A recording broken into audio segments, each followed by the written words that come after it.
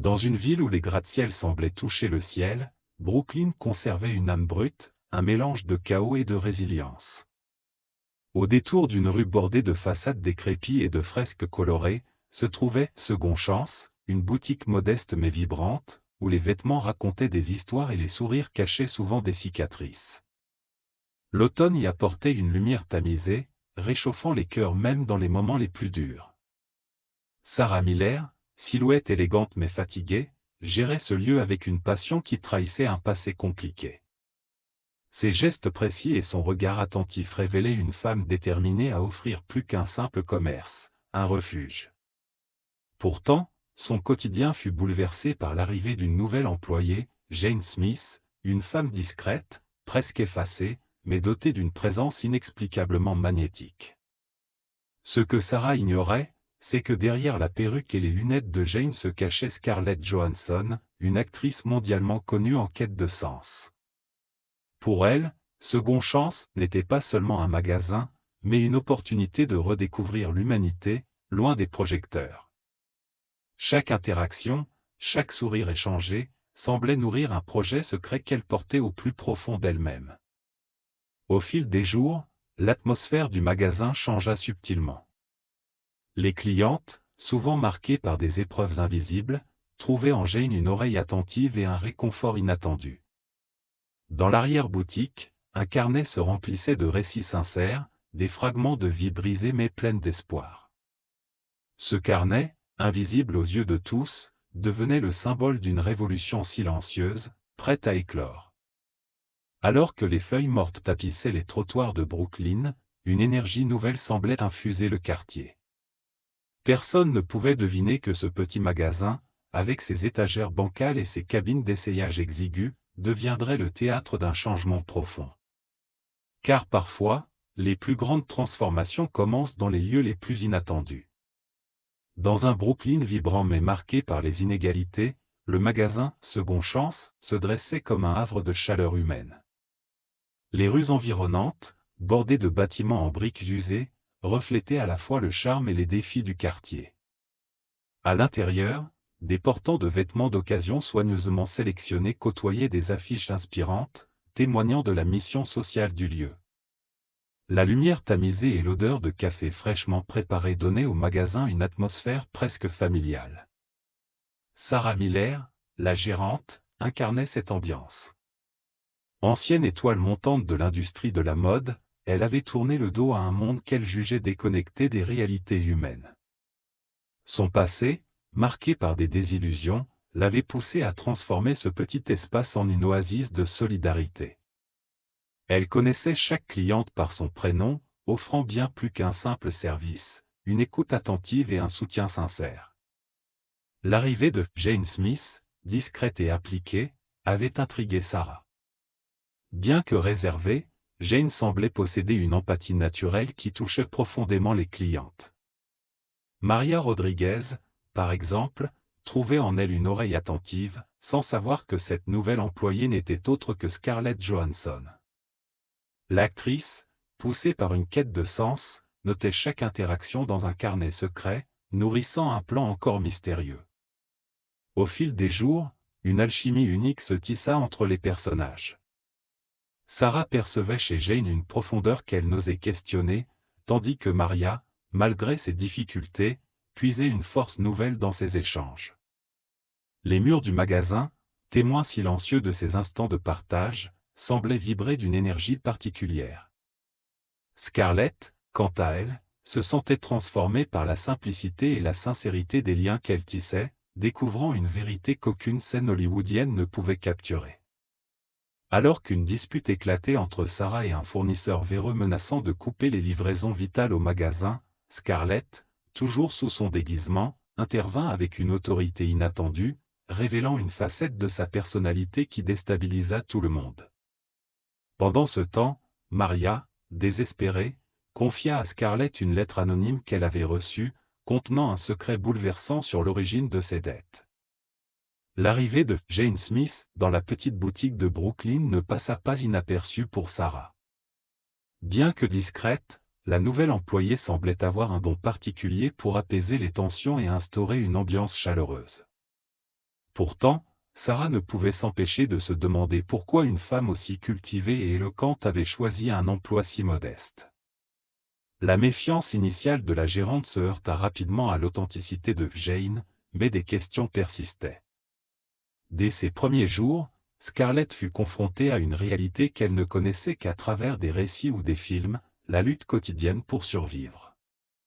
Maria, avec ses enfants et son sourire fatigué, devint rapidement une figure centrale dans l'univers de Scarlett. Mais la jeune mère, fière malgré ses épreuves, refusait toute aide directe, ce qui compliquait les tentatives de Jane pour intervenir discrètement. Pendant ce temps, Sarah, bien qu'impressionnée par la capacité de Jane à tisser des liens avec les clientes, remarqua une étrange habitude: l'employée passait de longues heures dans l'arrière-boutique à écrire dans un carnet. Intriguée mais respectueuse, elle choisit de ne pas poser de questions, bien qu'un sentiment d'inquiétude naissait en elle. Au fil des jours, Scarlett se heurta à un dilemme: son projet secret, bien qu'altruiste, risquait de trahir la confiance qu'elle commençait à construire avec Sarah et les autres. Chaque geste de solidarité devenait une opportunité, mais aussi un poids, car elle savait que son identité finirait par être révélée. Entre les rires des enfants de Maria et les confidences des clientes, elle sentit naître une responsabilité qu'elle n'avait jamais connue auparavant. Alors que l'hiver approchait et que les besoins des habitantes du quartier devenaient plus urgents, Scarlett réalisa que son rôle dans cette communauté dépassait ses attentes initiales. Mais pour avancer, elle devait d'abord surmonter un obstacle majeur: prouver que son engagement était sincère et qu'elle était prête à se battre pour ces femmes, non pas en tant que star, mais en tant qu'alliée authentique. Un après-midi pluvieux, alors que Sarah s'affairait à ranger des vêtements dans le magasin, une agitation inhabituelle éclata à l'entrée. Une femme, visiblement paniquée, venait de faire irruption, serrant un sac contre elle comme si sa vie en dépendait. Maria, qui se trouvait là par hasard, reconnut immédiatement son amie Sofia, une mère célibataire récemment expulsée de son logement. Sofia, tremblante, expliqua qu'elle cherchait désespérément un endroit où se réfugier après avoir été suivie par un homme menaçant. L'atmosphère légère du magasin se transforma en une tension palpable. Scarlett, toujours dissimulée sous son identité de Jane, observa la scène avec intensité. Elle se précipita vers Sofia, l'aidant à s'asseoir et lui offrant un verre d'eau. Mais ce moment de solidarité révéla une faille plus grande: Sofia n'était pas la seule femme du quartier à vivre dans une telle précarité. Cette rencontre bouleversa Scarlett, qui comprit que son projet initial devait s'élargir pour répondre à une urgence bien plus vaste. Pendant ce temps, Sarah, bien qu'habitée par une profonde empathie, sentit une inquiétude grandir en elle. L'arrivée de Sofia risquait d'attirer des regards indésirables sur le magasin, un lieu qu'elle avait toujours voulu protéger des conflits extérieurs. Pourtant, elle savait qu'elle ne pouvait pas tourner le dos à cette femme en détresse. Dans l'arrière-boutique, Scarlett prit une décision audacieuse. Elle inscrivit dans son carnet une nouvelle idée: transformer Second Chance en un véritable sanctuaire pour les femmes du quartier, avec des ressources concrètes pour les aider à se reconstruire. Mais ce choix n'était pas sans risque. En s'impliquant davantage, elle risquait de dévoiler son identité et de perdre l'anonymat qui lui permettait d'agir librement. Alors que le ciel s'assombrissait au-dessus de Brooklyn, une nouvelle dynamique s'était installée dans le magasin. Ce jour-là, ce n'était plus seulement un lieu de solidarité discrète, c'était devenu un bastion contre l'injustice. Et pour Scarlett, ce moment marqua le début d'un engagement qui allait bouleverser non seulement sa vie, mais celle de toute une communauté. Dans les semaines qui suivirent, l'arrivée de Jane bouleversa doucement mais sûrement la dynamique du magasin. Un matin, un homme discret, à l'air fatigué, franchit la porte de Second Chance. Il s'appelait Malik, un ancien professeur d'histoire devenu sans-abri après une série de malchances. Sarah, comme à son habitude, l'accueillit avec chaleur, mais ce fut Jane qui engagea une conversation inattendue avec lui, l'encourageant à partager ses connaissances avec les jeunes du quartier. Cette idée, bien qu'embryonnaire, sembla raviver une étincelle dans ses yeux. Pendant ce temps, un autre personnage fit son apparition, Amara, une adolescente de 16 ans, souvent vue traînant près du magasin sans jamais y entrer. Un jour, poussée par la curiosité ou peut-être le besoin, elle finit par franchir le seuil. Ses vêtements usés et son regard méfiant racontaient une histoire que personne n'osait aborder directement. Pourtant, Jane lui proposa un emploi temporaire pour trier les dons, une offre qui surprit tout le monde, y compris Sarah. Amara accepta, bien que prudemment. Dans l'arrière-boutique, le carnet de Jane se remplissait non seulement de récits, mais aussi d'idées. Elle notait des projets concrets, organiser une collecte de vêtements pour l'hiver, créer un espace d'apprentissage pour les enfants du quartier, et même lancer une campagne de sensibilisation sur les réseaux sociaux. Chaque note semblait porter une intention plus grande, un fil conducteur invisible. Un jour, Sarah découvrit par hasard une esquisse dans le carnet, une carte du quartier avec des annotations sur les lieux où l'aide était la plus nécessaire. Intriguée, elle confronta Jane, qui, après une hésitation, expliqua qu'elle voulait utiliser sa position pour attirer l'attention sur les besoins criants de la communauté. Sarah, bien que surprise, sentit une sincérité désarmante dans ses paroles. Alors que les jours raccourcissaient et que l'air devenait plus frais, la boutique devint un lieu de convergence. Maria, Malik, Amara et d'autres habitués commencèrent à se croiser, à échanger, à tisser des liens. Jane, toujours discrète, semblait orchestrer ces rencontres de manière subtile, comme si elle semait les graines d'un changement collectif. Pourtant, son propre secret restait intact, protégé par la simplicité de son déguisement et la profondeur de son engagement. Les jours passaient, et l'atmosphère au sein de Second Chance devenait de plus en plus électrique, presque palpable. Maria, qui jusque-là gardait ses souffrances pour elle, se surprit à confier à Jane ses angoisses sur l'avenir de ses enfants. La discrète employée écoutait avec une attention qui semblait rare, notant mentalement chaque détail. Mais ce que Maria ne savait pas, c'est que ces mots résonnaient bien au-delà de cette petite boutique.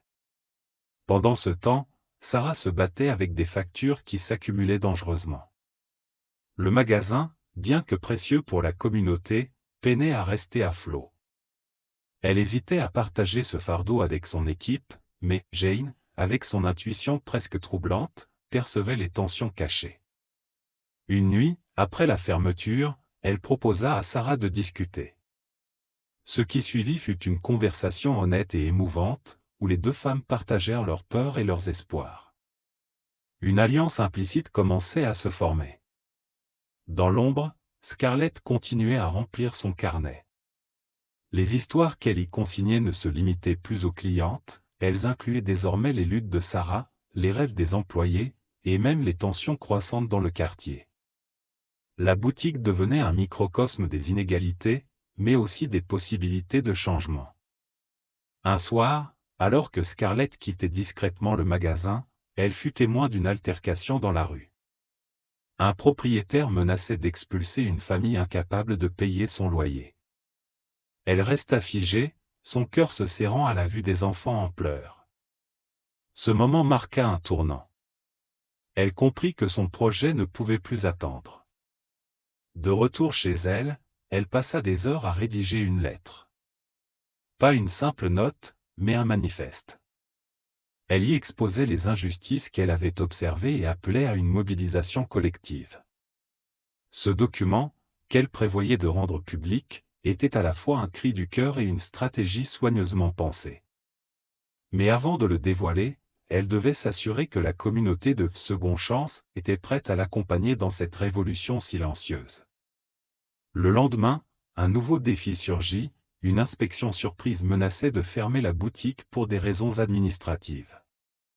Sarah, déjà à bout, se sentit sur le point de craquer. Mais Scarlett, sous son déguisement, prit les devants. Avec une détermination inattendue, elle mobilisa les clientes présentes, qui, à leur tour, appelèrent leurs voisins. En quelques heures, une chaîne humaine improbable s'était formée pour protéger ce lieu devenu essentiel. Les jours passaient, et l'atmosphère dans la boutique Second Chance devenait plus intense, presque électrique. Sarah, bien qu'habituée aux histoires poignantes de ses clientes, commençait à remarquer une étrange détermination dans le comportement de Jane. Cette dernière semblait s'investir bien au-delà de ce qu'on attendrait d'une simple employée. Elle passait ses pauses à discuter avec les clientes, à poser des questions sur leur parcours, à écouter avec une attention rare. Un après-midi, alors que Maria venait déposer quelques vêtements usagés pour le magasin, elle s'effondra en larmes devant Jane. Elle venait d'apprendre qu'elle devait quitter son appartement d'ici la fin du mois. Jane, visiblement émue, posa une main réconfortante sur son épaule et lui murmura « Vous n'êtes pas seule ». Cette phrase, simple mais puissante, résonna comme une promesse. Sarah, qui observait la scène discrètement, sentit qu'un changement était en marche, même si elle ne pouvait encore en saisir toute l'ampleur. Dans l'arrière-boutique, le carnet de Jane devenait un véritable journal de bord. Chaque page contenait des idées, des projets, mais aussi des contacts qu'elle avait pris soin de noter. Ce carnet, bien plus qu'un simple recueil, semblait être le plan d'une initiative qui dépassait de loin les intentions initiales de la boutique. Un soir, après la fermeture, Jane confia à Sarah qu'elle avait un projet en tête, quelque chose qui pourrait transformer non seulement la vie de Maria, mais aussi celle de nombreuses femmes dans le quartier. Sarah, intriguée mais prudente, lui demanda pourquoi elle se sentait autant concernée. Jane hésita, puis répondit « Parce que j'ai trop longtemps fermé les yeux. Il est temps de faire quelque chose. » Pendant ce temps, les rumeurs commençaient à circuler dans le quartier. Certains clients se demandaient qui était vraiment cette mystérieuse employée. Son visage leur semblait étrangement familier, mais personne n'osait poser la question directement. L'idée que quelque chose de grand se préparait flottait dans l'air, alimentée par les regards complices échangés entre Sarah et Jane. Alors que les feuilles d'automne tapissaient les rues, l'énergie dans le magasin atteignait son paroxysme. La compassion et la solidarité qui avaient toujours défini Second Chance semblaient désormais converger vers un moment décisif. Jane, ou plutôt Scarlett, savait que le temps de révéler son véritable plan approchait. Mais elle ignorait encore à quel point cette révélation allait bouleverser non seulement les autres, mais aussi elle-même. Les jours passaient, et Jane s'intégrait de plus en plus à la petite équipe de Second Chance. Pourtant, une tension subtile commençait à se dessiner.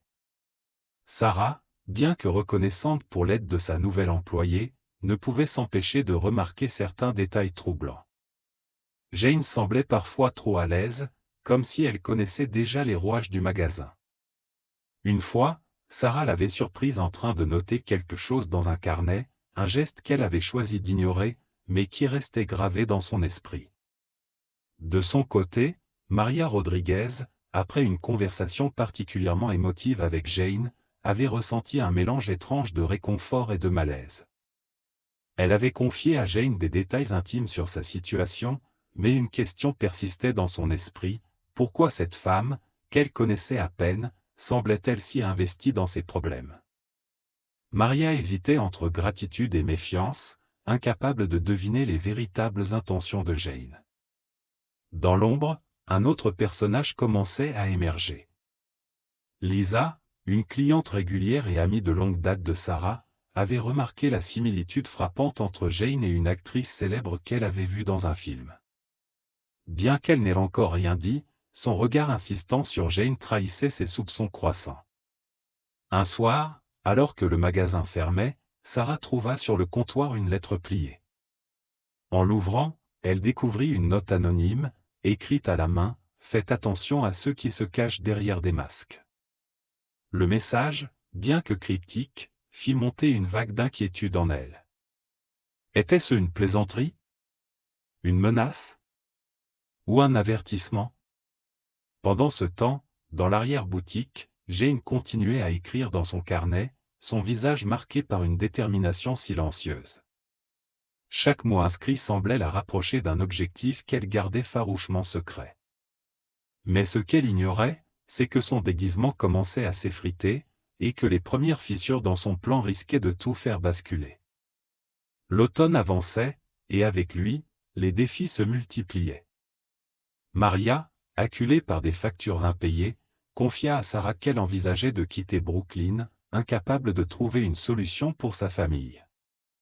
Cette révélation pesa lourdement sur l'atmosphère du magasin, où la solidarité semblait parfois insuffisante face aux réalités brutales de la vie. Scarlett, toujours sous son déguisement, ressentit une urgence qu'elle n'avait jamais connue auparavant. Il ne s'agissait plus seulement d'écouter, mais d'agir. Dans le même temps, Sarah faisait face à une pression inattendue. Le propriétaire des locaux venait d'annoncer une augmentation drastique du loyer, mettant en péril l'existence même de Second Chance. Les clientes, bien qu'unies, n'avaient pas les moyens de contribuer financièrement, et l'idée de perdre ce refuge plongea tout le monde dans l'inquiétude. Scarlett, elle, continuait de noter chaque détail dans son carnet, cherchant désespérément une solution. Un soir, alors que le magasin fermait, Scarlett surprit une conversation entre deux clientes évoquant un gala de charité organisé par une grande maison de mode. Cet événement, réservé à une élite, représentait tout ce qu'elle avait fui dans sa carrière, mais une idée audacieuse germa dans son esprit.